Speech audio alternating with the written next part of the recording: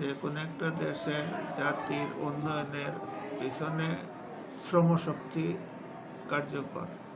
শ্রমশক্তিকে যত মূল্যায়ন করা হবে তত দেশ উন্নত হবে। কিন্তু আমরা আজীবন থেকে শ্রমিকের অধিকার কথা শুনে আসছি, আমরা নিজেরাও বলে আসছি, কিন্তু বাস্তবে শ্রমিকের অধিকার বাস্তবায়নের রূপরেখা দেখি না। কেবল মে দিবস উপলক্ষ আসলে দেখি মিছিল করতেছে, মিটিং করতেছে, শ্রমিকদের অধিকার নিয়ে কান্নাকাটি করতেছে, কিন্তু মে দিবস চলে গেলেই আগের অবস্থা তোর অবস্থা। শ্রমিকের অধিকার আজ পর্যন্ত বাস্তবায়ন হয় নাই।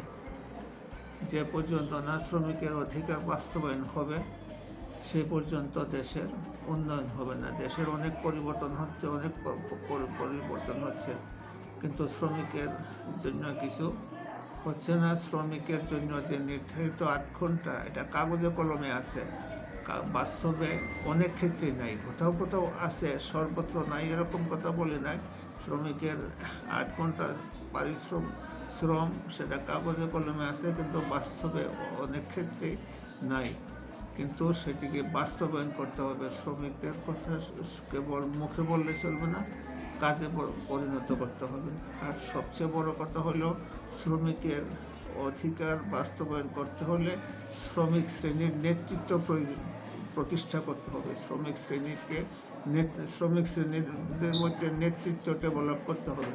শ্রমিক শ্রেণীর মধ্যে যদি নেতৃত্ব ডেভেলপ হবে, সেদিনই শ্রমিকের অধিকার বাস্তবায়ন হতে পারে। আবার এর উল্টোটাও আছে।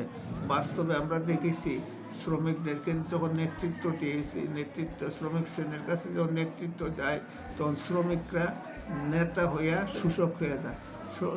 শ্রমিক নেতারাই শোষক হয়ে যায়। এইটা হইল আমাদের বাস্তব সমস্যা। এই সমস্যা থেকে যতদিন পর্যন্ত না আমরা উন্নত হতে পারবো, উত্তরণ ঘটাতে পারবো, এই সমস্যা থেকে যতদিন না পর্যন্ত উত্তরণ ঘটাতে পারবো, ততদিন শ্রমিক শ্রেণীর অধিকারও বাস্তবায়ন হবে না, দেশেরও উন্নয়ন হবে না।